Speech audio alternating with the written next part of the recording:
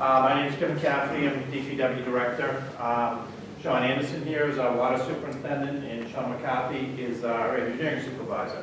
We have Tighe Bond here tonight to introduce the preliminary of what they've found so far with their water study. Mike Schrader will be giving the talking, doing most of the talking. Cynthia Castellan, did I say it correctly, is here with Tighe Bond also, as well as John McCollum. So we'll get started and take some questions after he goes through the entire proposal. Okay? Thank you.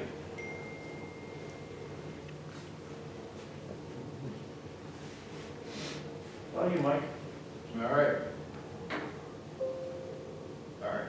Hopefully that phone thing will keep up. Right? All right, good evening. My name is Mike Schrader, as you just said, project manager with Tighe Bond, and so we're here to give the update and update the town on the status of the water master plan update. So we'll go right into it. So overview, what we wanted to talk about tonight is sort of the highlights or the the salient facts of the project, and three of the biggest components are looking at the supply and the question, do we have enough water? The second part, really, I keep people here, I don't know how to make this stuff.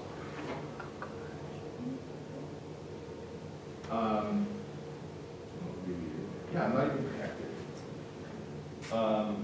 Can you just quit that program if you right click on it? I shut it off. I unplugged it from the taskbar. Anyway, and then I sort of reordered them, but the prioritized capital improvement program. So what goes into that is the evaluation of the current system, the evaluation of the assets, which is either a particular piece of equipment or a collection of equipment, so a pump and a pump station are both assets. Looking at that, looking at the hydraulic evaluation, level of service evaluation, storage evaluation. So those are the things that feed up into the capital plan. And again, we're going to talk about the most pressing needs and the biggest components of that. And then the groundwater update, except, spoiler alert, I put that first because I think that was on people's minds, and frankly, we've had some good results and some good news, and we're pretty optimistic about that. So, this master plan follows the master plan that was done in 2001, and just as an update to that, the town has constructed $25 million worth of recommended distribution system improvements. From that plan, they began a unidirectional flushing program this fall, which we'll talk about a little bit, and a valve exercising program. And those are both things that they wanted to do prior, but weren't able to because of the system conditions. So this sort of continues off that. It's a very similar approach, very similar look, and I apologize.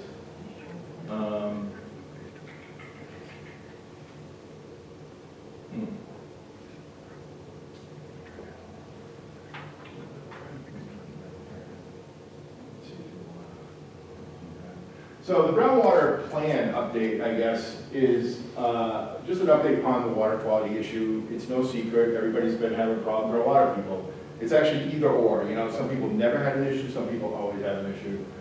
And, we've talked about this before. The brown water itself comes from manganese that's in the sources, primarily some iron, and it's soluble in the ground. You don't see it, but when it hits either oxygen or the chlorine that the town uses to disinfect, it then comes out of solution as little particles, and that's what you see. That's the brown stuff or the red stuff.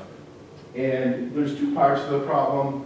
One is you got to clean the stuff out of the system that's in there now, and that's what we've been focusing on.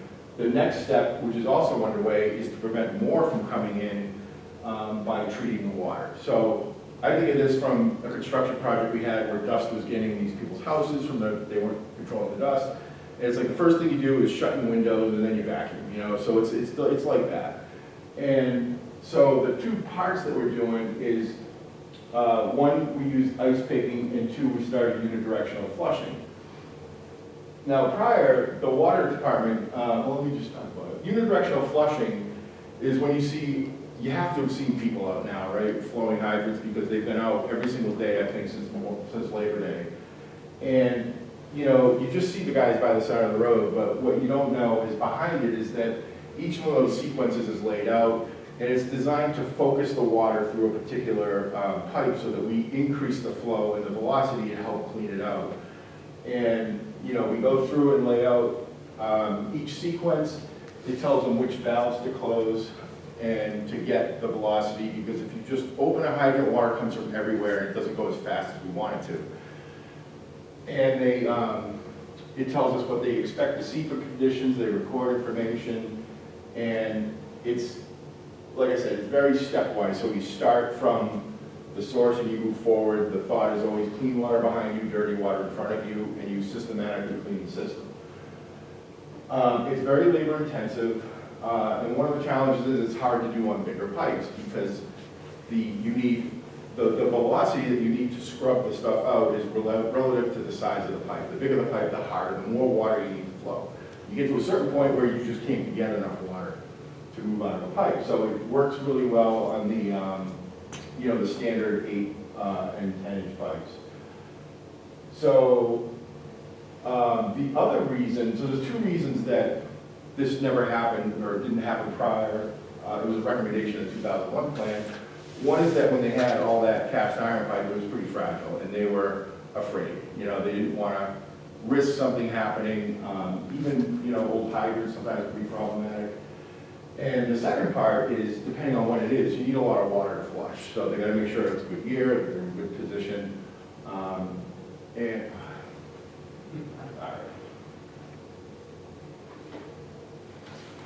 is there an IT person? Fine, our IT guy probably will respond. He's like 24/7. So anyway, ice picking is very similar in that you isolate a piece of pipe from the system, meaning you shut off the inputs, you shut off 2 valves, and you load that with ice. And it's not ice cubes, think like coffee culottes. It's these little pellets. You can't even really see them, it just looks like slush.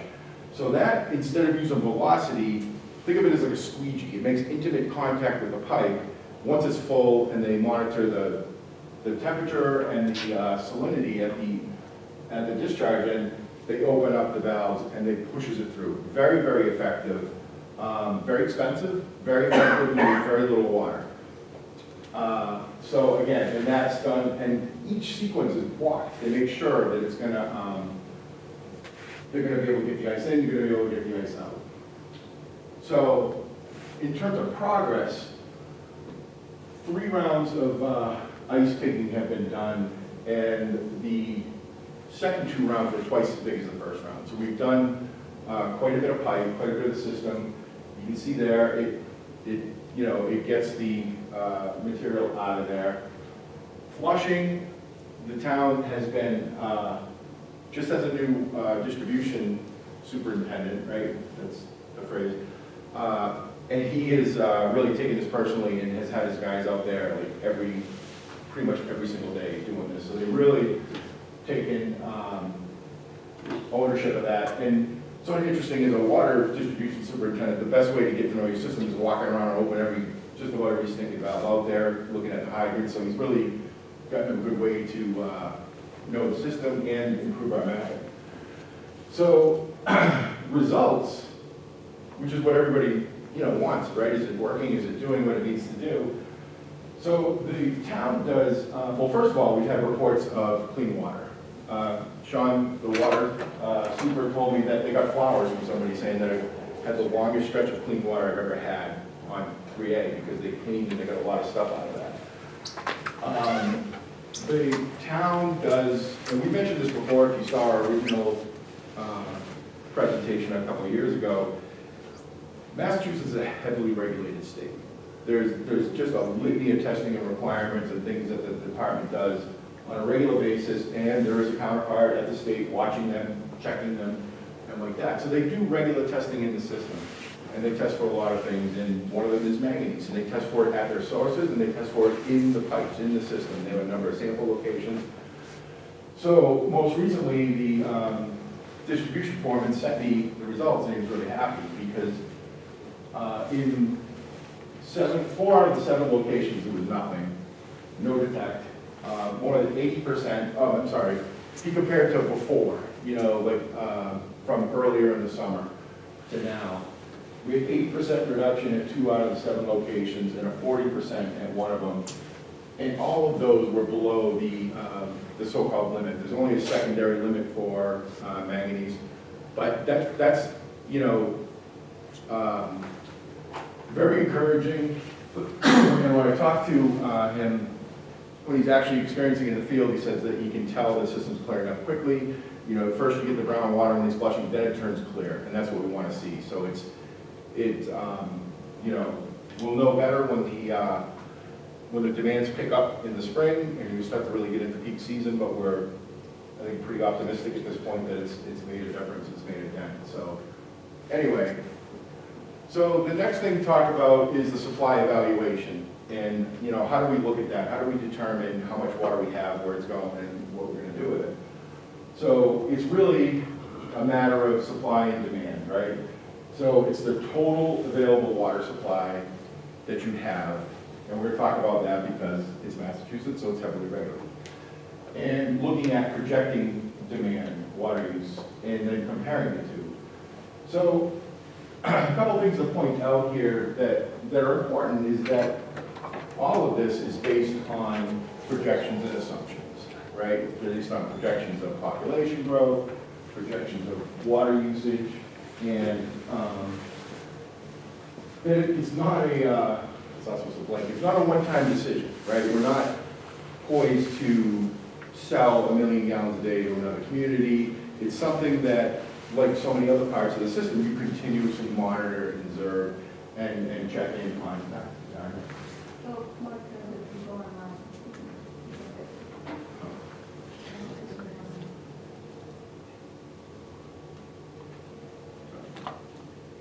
Seriously, best IT guy ever. So I apologize, I really don't know, it doesn't do that all the time, I don't know why it does that.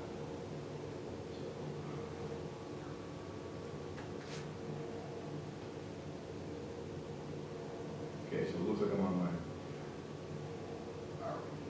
Okay, so then the first question is,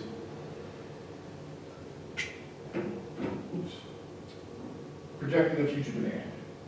So the demand is based on projecting the population growth and then looking at that estimated usage. What do we think that usage is going to look like? And you know, we use water for a variety of activities. It's really the most important utility there is. So for projecting the population, we use data, we look for the best data available, and we used information from the Metropolitan Area Planning Commission, which is considered a regional planning organization. They're all through the state. And their report on population and housing demand projections for Metro Boston, and that was in 2014. And then we also looked at the UMass Donahue Institute's report in March 2015. Again, long-term population projections for Massachusetts municipalities. This is what they do. They do this for the state, and they're both reputable organizations. So the MAPC looks at 2 scenarios. One is sort of status quo, the way things are going, and the one is, I guess the more bullish, is a strong regional, which is an increase in population growth and more economic growth. Whether that turns out to be true or not, we'll see. So what we did is we looked at all of those, and you can see that the, first of all, the black is from the census product. I call them products, but the US Census produces the decennial census, which is every 10 years. And then in the interim, they do these 5-year American community surveys. So that is actually a census product, and they look at population growth as well. So we tracked the available 5-year growth projections from that. And then where the colored lines start is where the projections come. So Donahue and MAPC status quo are both projecting a decrease in population. And one thing that's sort of contrary, is people don't think about is, you know, there's growth in housing, but a shrinking population. One of the things that we're seeing in the country is decreasing family sizes. So, you know, families getting smaller, people have less kids. Maybe, you know, in Scituate, it's more of a, you know, single, either retirees or, you know, people that don't have families yet. So, in general, when we make assumptions and projections, we want to be conservative. We want to look at, I don't know if I quite call it worst case, but we want to look conservative, right? So in looking at the population, we took the MAPC strong region, and because it was 2014, we shifted it up to match where the last actual census data was, so that we're using their projection, which is sort of the slope of the line, but shifting it up to where the last data point was. So again, just to say, we use the most conservative projection values in terms of growth, and then in terms of looking at the water use and the projected water use, that is the last 10 years of water use data, and it's really interesting. I look at water use data all the time across the state, and it's like that. Half the systems are going up a little bit, and half the systems are going down a little bit. The ironic thing is it's almost the same amount. It's around 2%. So here, Scituate, water's been going down by an average of 2.4% a year. Again, that's a national trend. You know, better efficiency. Plumbing fixtures continue to still be integrated. People are having smaller families, a little more aware of it, and so on. 2016 was the drought year, and you can see that 17, that usage continued, which is kind of interesting. It continued at that same level, and it did pop up a little bit in 2018. So then, excuse me, our projections are up from that. And, you know, you can say, well, why, if it's going down, if the population is staying the same or going down, why is the water use going up? It's because we included the projected increase in commercial growth that the MAPC looked at as in a strong economy. So that's more business, you know, more economic development. So that's why, again, being conservative to look at a higher value, we don't want to, you know, look at a number that's too low. So then we look at, well, how is your water supply determined? Like, how do you know how much you have? So there's really, again, like I said, it's Massachusetts, so we have a permit. And the permits are, it's a statewide program. Every system has a permit. The permit period is 2016 to 2030. It's going to be 25 pages long. There's a lot of information in there.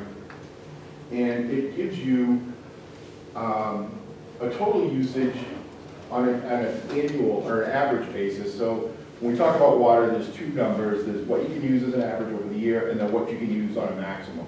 You can't do the maximum all year, but just when you need it. So the total use is 1.80 million gallons per day without mitigation. And what mitigation means is you can actually go up higher, but you have to help restore groundwater. So that's things like you see now with rain gardens and infiltration basins and stuff like that. It's the whole concept is try to keep the water local and keep it where it belongs. Another condition in there that I'm sure some of you are aware of, they're working with the North Shore River Alliance and or North-South River Alliance and some state agencies on making some improvements to the reservoir and restoring herring runs.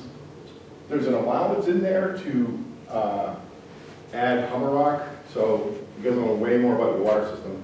Part of the water system of the Hummerock area is actually served by Marshfield Supply. It's just been that way, you know, probably for 100 years. There's a provision in there if the town wants to take that on, then maybe a little the bump accordingly. And if you wanted to go above that 1.0, I think you go to 1.85, right, just by permit with some mitigation. And then you get a little extra if you add Hummerock. So when we talk about this, and you say, well, how do they come up with these? They're largely based on, again, they're conservative as well, and they're meant to be protective of the environment, right? So when we use terms like safe yield, that means safe for the environment. So you can take that amount of water out of the system without hurting the natural environment. And it also expects reasonable economic development and job creation, a reasonable amount of conservation and stakeholder input. That's all the stuff that goes into it. And they do set your baseline. They set the limits. And it's also based on the watersheds and what state of depletion they're in and that kind of thing. So looking at some numbers, we can see the very top is your max day permit. So each source actually has a maximum amount that you can take out of it. Each well is 5 wells, and then the reservoir. Now, we'll see in a minute, the town can't necessarily produce that much water, okay? And there's a number of reasons for that. Then we have a couple other values here. Source safe yields without stream flow release, which means that's just what the reservoir actually takes in. Your average annual permit through 830, that's what we just talked about, the 185, the 180. And then the average annual permit through 220 was 175. So that's the actual maximum. And now if we add to looking at those projected usages plus, or against, I should say, those supplies. So the first thing we look at is your average day. Average day flow is literally average. And Scituate has a big seasonal increase, we know that, right? So this is looking at the high and the low and averaging it out. 216, 217, 218 are based on actuals, and 220, 30, 40, and 50 are projected increases. And we actually show you can see that little commercial bump, that's that economic growth that we're talking about as a little extra use there. So your current production capacity is up there, and that's on a max day. Then again, there's your safe yield without stream flows, and this is your permit. So right now, based on the permit, you can see that on an average day, it is, the projected demands are below that permit limit, that amount of water that you can take out. Looking at max day, July 3rd, right, is similar. Obviously, the usage is higher. And again, there's the 3.8 is the current production capacity. 4.3 is max day permit with the largest well offline. That's not a regulatory thing, that's an engineering thing. We always want to know, like, okay, great. You're looking at a pump station, what if the biggest pump goes down? What does it do? We want to understand redundancy, and we're going to talk a little bit more about that in a minute. So again, the projected demands are below those production numbers, or the permit numbers. So we're going to keep talking about sources, but now from a capital perspective. So your water system, it consists of, oh, I'm sorry, is there any questions, or you want me to just look to the end, or just keep going? I get on a roll, and I just keep going. My thought was to go through the whole thing Okay. and come back and take questions, All right. if that's okay for everybody? So, a water system, it starts with source, right? And that's, you got nothing if you don't have a source. And then we have treatment, distribution, and storage. So in Scituate, we have both groundwater and surface water. Just by the way, they're completely different animals in terms of how you treat them, and I guess the challenges, the technical challenges, are just very different. In looking at treatment, so you have, like I said, you have surface water and 5 wells. And the demand is distributed, well, like right here. This is the actual usage in 2018 and looking at how the sources were used. So you can see Old Oak and Bucket is your surface water supply, and that's on the bottom. And it's, you know, a middle part in the winter and it ramps up. It's the backbone in the summer. It's carrying the system. And then the other wells are used to different, you know, based on their own capacities. The orange one, by the way, is well 18B, which now has the ability to be used more than it was before because it's got some level of treatment installed. And so 2019 will look a little bit different than that. But the question is, you know, so now we're talking about capital improvements, we're talking about mechanical equipment, we're talking about, you know, what is critical, what isn't, what do we need, and what's redundant. And so we want to understand what can you do without, I guess we're going to put it. So looking at this in a couple of different ways. One is just to acknowledge that, like I said, you can't necessarily get the water you're allowed to take out of these sources. And that's for a variety of reasons. Old Oak and Bucket we'll talk about as two reasons. One is it has some mechanical limitations that prevent it from achieving its full capacity. And it's a manual, all your facilities are manual, so the town currently has a pretty small staff, so they don't run it 24/7. So this, by the way, reflects them working double shifts, so that's the maximum they feel that they could sustain if they needed to. The rest of them are groundwater wells, and, you know, you can hold the permit in your hand, but you can only get out of the ground what you can get out of the ground, you know? And so these are the levels that we're comfortable at the town maintaining, meaning it's not a broken pump or something, we could just get more water out of it, meaning like they've tried rehabilitation on certain sources, and this is where we think they sort of max out. Now looking at it another way, this is how the sources stack up from greatest to least. And if you have them all online, you can get about 3.9 million gallons a day. And that's with Old Oak and Bucket running 2 shifts. If we compare that to our max day demand, you can see that you need all of Old Oak and Bucket plus a little bit of well 19. Or it could be any other one of those wells, except for maybe that one, okay? So that shows you your max day. With everything online, you've got some flexibility there, right? Well 10 could go offline for repairs and you'd be okay. So, like I said, we take a look at what happens if we take the biggest source or the next biggest source offline. That drops down to 3.5. Again, like I said, you're still okay because you've got that extra capacity. However, if we take Old Oak and Bucket offline, you can see that it drops down to about 1.5. Your max day is up here, so you're not making max day. So if Old Oak and Bucket is not working and it's summer, then it's going to be problematic. But we also look at average day, and you can see that, and we did, and we're going to talk about that a little bit. You can get by on an average day, which again, you have to remember, is that book, The Flaw of Averages, that you can look at 1,000 data points and never hit the average. It's not going to be summer. It's going to be somewhere between the high use and the low use season.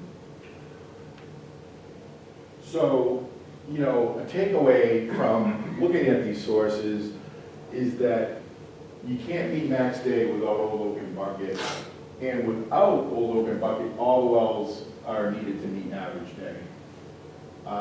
All the sources are important. OOB is critical.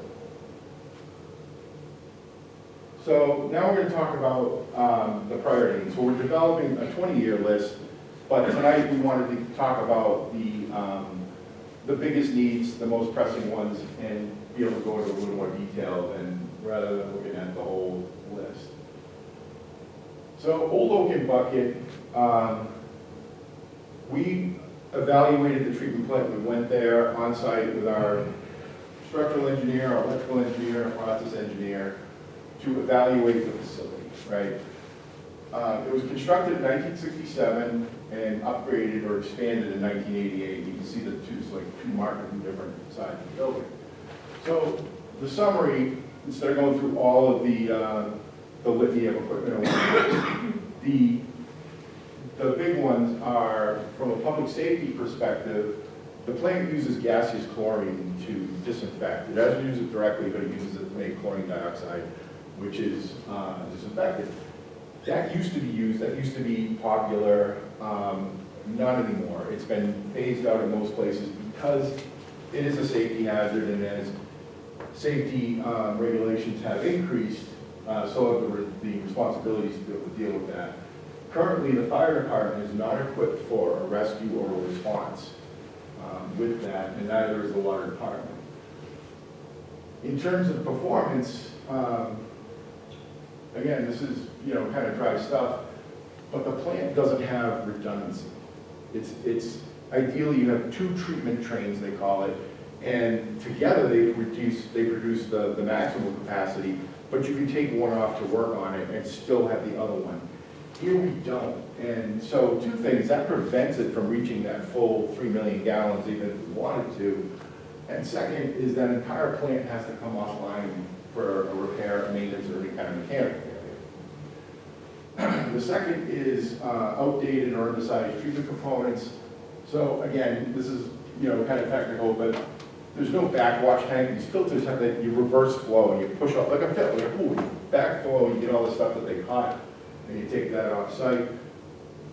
There's no storage for that, so they have to continue to run high rates, which is one is it doesn't meet the DEP guidelines for performance, and it doesn't help. It's circling too much water through the plant, which degrades its performance. And then, excuse me, in general, the whole plant is 30 years old at best, and it's worn out really well. The town has gotten its investment in it. The issues that it have are structural. There's cracks in tanks and concrete.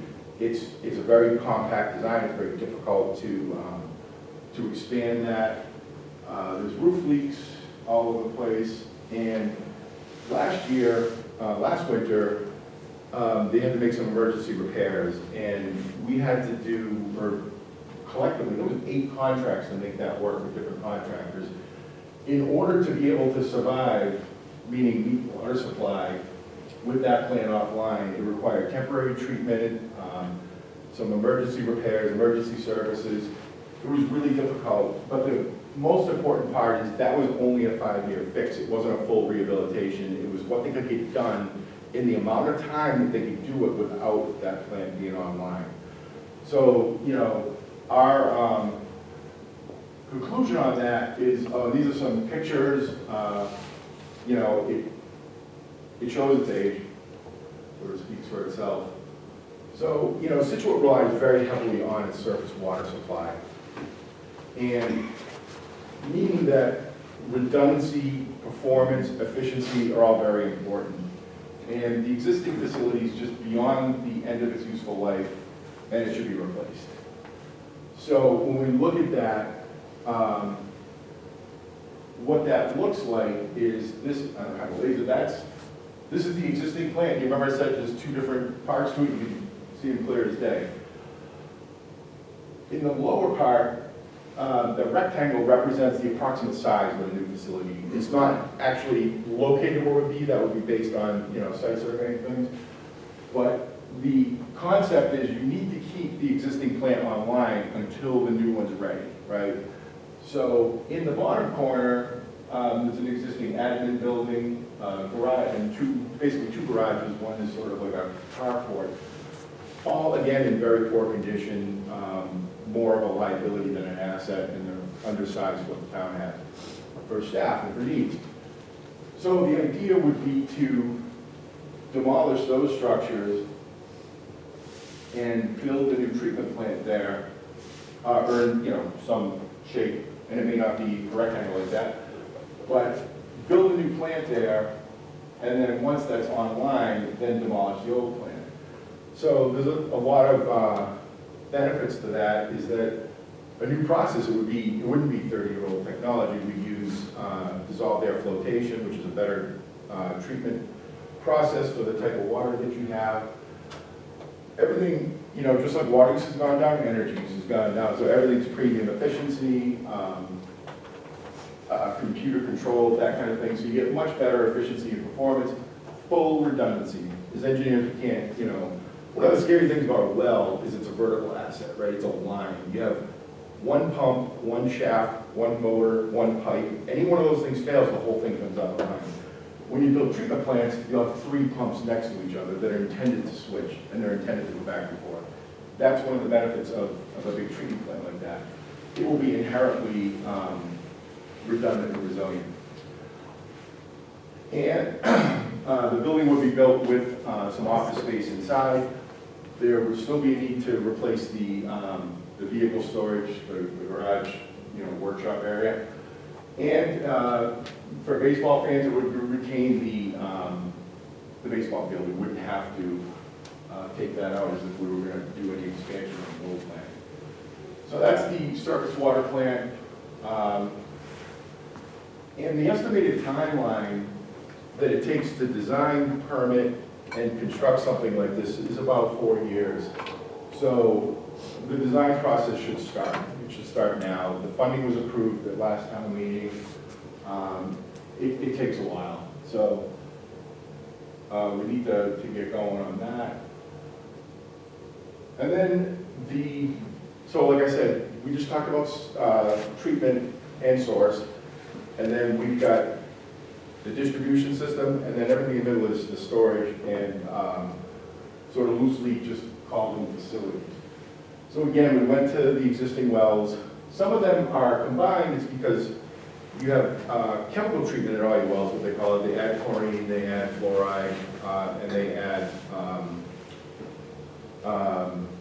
KOH for copper to keep the lead and copper down. We went through those and we looked at them in terms of a number of categories: operations, maintenance. So some of them are like,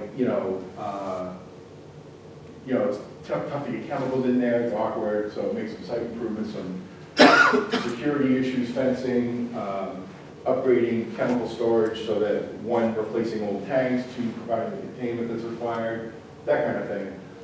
Reliability and service continuity, because you lose a well, you lose a well, you lose water, to make sure that people get consistent water, because the only thing worse than groundwater is no water. And sum those up, and then, we total the cost estimates to go with that. There's also here 2 sort of little pump stations the town has to boost pressure in the high pressure area.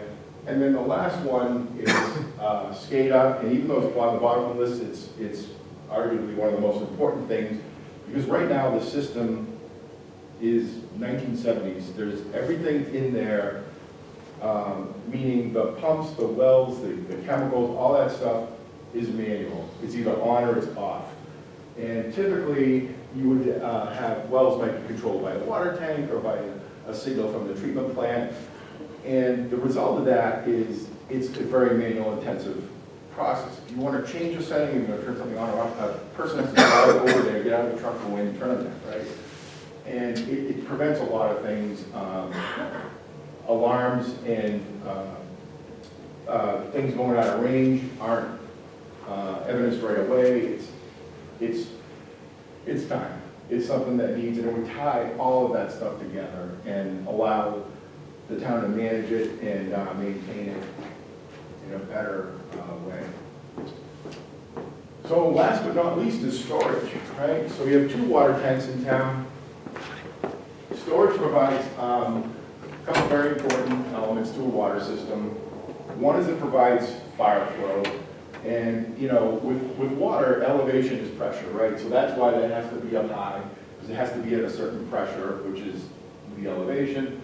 Then there's equalization, and what that does is just balances the peaks, the sudden swings in demand, and it also prevents having to oversize pumps to hit that very max. So it feeds from both the sources and the tanks in the system, and it stabilizes system pressures. They're actually open at the top, so that's what your whole system pressure is. It sort of rides up the tank. So when we look at storage, there's a manual, like everything else, and we got everybody manual, and we look at what are your required volumes based on system production, demand data, the size of your community, that kind of thing, and then we look at it against the existing storage. So that's the volume of water that's being stored. The second part of it is the two vessels that hold that water. So we have, like I said, 2 water tanks. They're twins. I wouldn't know that because that's based on their age, but we have the Pigeon Hill or Maple Street tank. It's about 1.3 million gallons, constructed in 1962. And the Creelman tank is 1 million gallons, and it was constructed in 1938. So the storage evaluation, by the numbers, you have enough water in storage to do the things that you need to do.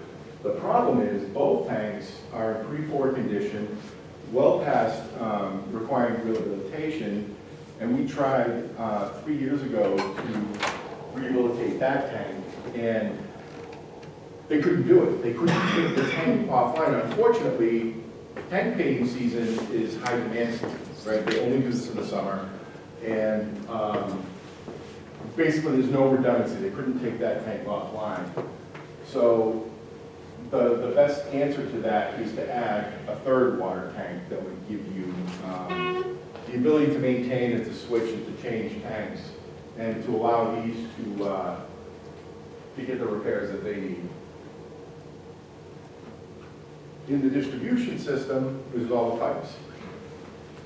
Currently, the most, I guess I should say the 3 most, there's 2 projects, I'm sorry, lined up right now. One is phase 4A, and that replaces 12,500 feet of small diameter pipe, asbestos cement and galvanized steel pipe, and installs hydrants on dead-end streets. There's streets that have a 2-inch pipe that might run 800 feet. There's no fire protection there. So it's going to replace that, it's going to improve the service, and then add hydrants. We're going to add hydrants in places that don't have them now because contractors in the 70s would just put one sort of in the middle and there's nothing at the end. Replace some broken valves. Hummerock is that area that's served by Marshfield, and that's also problematic because of the location. I mean, it's great to be by the ocean unless you're an iron plate. So the issues are, they have numerous failures, pinhole leaks, they have problems with storm damage, and that's one of the higher sources of what they call unaccountable water. Water that leaves your sources but doesn't go through the people's meters, so it's just lost in the middle. And it's based on a combination of small diameters and deteriorating pipe because of the salt water. So they're going to replace that. And then going forward, in the full 20-year plan, we have regular distribution system improvements. It's just going to keep going through the whole system. And they are to be scheduled based upon their age, their condition, and available fire flows. So that is the actual last slide. That's my contact information if anybody wants to sign me up for a spam mail list.